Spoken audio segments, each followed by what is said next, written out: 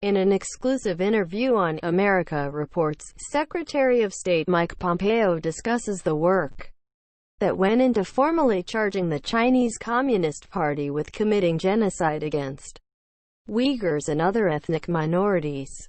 In a parting shot as he prepares to leave office, Secretary of State Mike Pompeo accused China of a state-sanctioned genocide of its Uyghur population in the Xinjiang province.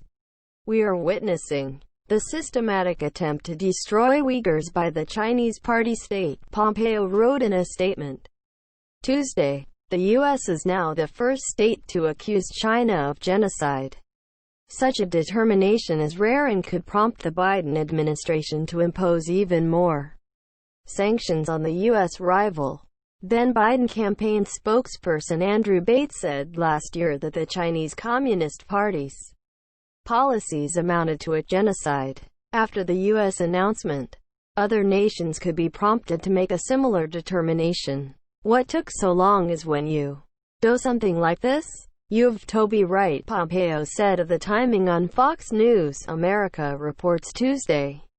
"Indeed, leaders all across the world I think will recognize the United States got this right," Pompeo made the determination as President-elect Biden's administration is set to take office in less than 24 hours, and hearings for Biden's nominee to succeed Pompeo, Antony Blinken, began Tuesday afternoon. The secretary detailed, "These crimes are ongoing and include the arbitrary imprisonment or other severe deprivation of physical liberty of more than 1 million civilians, forced sterilization, torture of a large number of those arbitrarily detained, forced labor, and the imposition of draconian restrictions on freedom of religion or belief, freedom of expression, and freedom of movement." He added that in addition to forced sterilization and forced abortions, the CCP had coerced Uyghur women into marrying non-Uyghurs and separated Uyghur children from their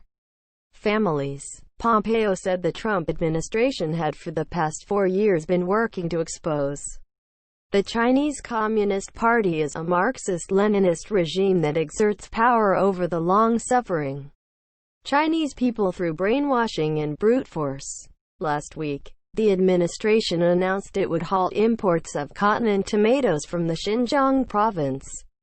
U.S. Customs and Border Patrol officials said they would block any imports suspected of being tied to forced labor. Pompeo also announced the State Department would sanction 6 additional Chinese and Hong Kong officials over the arrest of 50 pro-democracy activists in Hong Kong earlier this month. Since last year, the Trump administration has steadily ramped up pressure on Beijing, imposing sanctions on officials and companies for activities in Taiwan, Tibet, and the South China Sea.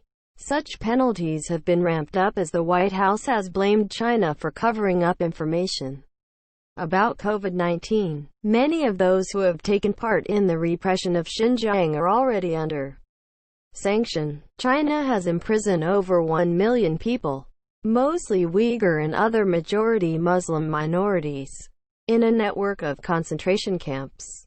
U.S. officials and human rights groups say China says its policies are only to promote development in the region.